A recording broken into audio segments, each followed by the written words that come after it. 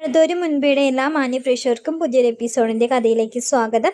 നമ്മുടെ വീഡിയോ ആദ്യമായിട്ട് ആരെങ്കിലും കാണുന്നുണ്ടെങ്കിൽ ഇഷ്ടമാവണിച്ച് ഒന്ന് ലൈക്കും ഹൈപ്പും ചെയ്ത് സപ്പോർട്ട് ചെയ്യാട്ടോ. എന്തിനാ അമ്മ ഇങ്ങനെ ടെൻഷൻ അടിക്കുന്നത്? രോഹിയേട്ടൻ ഇപ്പൊ ഇങ്ങോട്ട് എത്തും. ഒന്നെങ്കിൽ ട്രാഫിക് ജാമിൽ പെട്ടിട്ടുണ്ടായിരിക്കും, അല്ലെങ്കിൽ വല്ല ഫ്രണ്ട്സിന്റെ വീട്ടിൽ കയറിയിട്ടുണ്ടായിരിക്കും. ഇപ്പൊ എത്തും. ചെറിയ കുട്ടിയൊന്നുമല്ലല്ലോ, ആൺകുട്ടിയല്ലേ, പോയാൽ തിരിച്ചു വരും.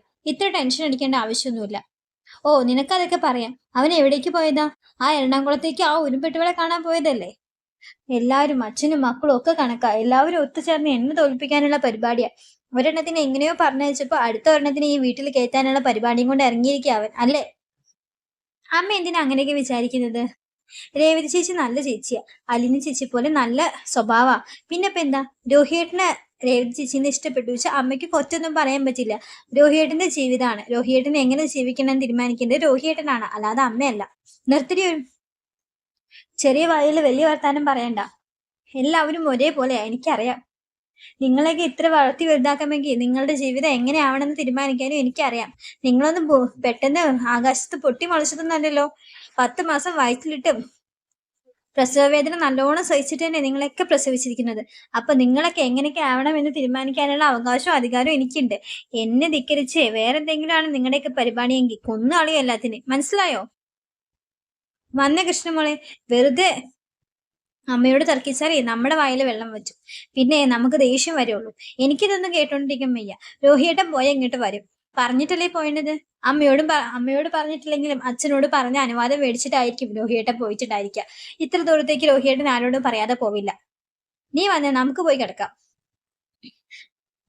നിക്കടി അവിടെ. നിങ്ങളോടൊക്കെ പറഞ്ഞിട്ടാണോ അവൻ പോയത്? അതെ അമ്മേ, അതല്ലേ ഇത്ര നേരം പറഞ്ഞത്. ഞങ്ങളോട് പറഞ്ഞിരുന്നു. കടയിൽ പോയിട്ട് അച്ഛനോടും പറഞ്ഞിട്ടുണ്ടായിരിക്കും. ഓ, അപ്പൊ എന്നോട് മാത്രമാണ് പറയാത്തതല്ലേ? അതറിയില്ല. അമ്മയോട് പറഞ്ഞു കഴിഞ്ഞാൽ അമ്മ എന്തെങ്കിലും കൊനഷ്ട പറയും, അതുകൊണ്ടായിരിക്കാം പറയാത്തത് എന്നും പറഞ്ഞുകൊണ്ട് ബബിതയും കൃഷ്ണയും അകത്തേക്ക് കയറി പോകുന്നുണ്ട് കേട്ടോ. കുറച്ചു കഴിയുമ്പോഴേക്കും രോഹിത് എത്തുന്നുണ്ട്. രോഹിത്തിന്റെ കൂടെ ബാലചന്ദ്രനും ഉണ്ടായിരുന്നു കേട്ടോ. ബാലചന്ദ്രന്റെ ഒപ്പമാണ് രോഹിത് വരാട്ടോ.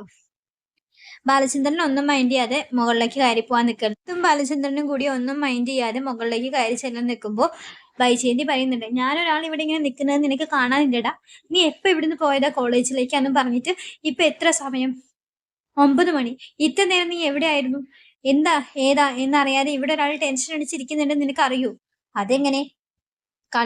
കണ്ടവളന്മാരുടെ പിന്നാലെ പോവാനല്ലേ നിനക്കൊക്കെ സമയം? വീട്ടിൽ ഒരു നുണയും പറഞ്ഞു പോയിട്ട് നീ എവിടെയായിരുന്നു ഇത്ര നേരം? അമ്മയോട് ഞാൻ പറഞ്ഞു ഞാൻ കോളേജിലേക്കാണെന്ന്. ഇല്ലല്ലോ. അമ്മ രാവിലെ ഓഫീസിലേക്ക് പോയി.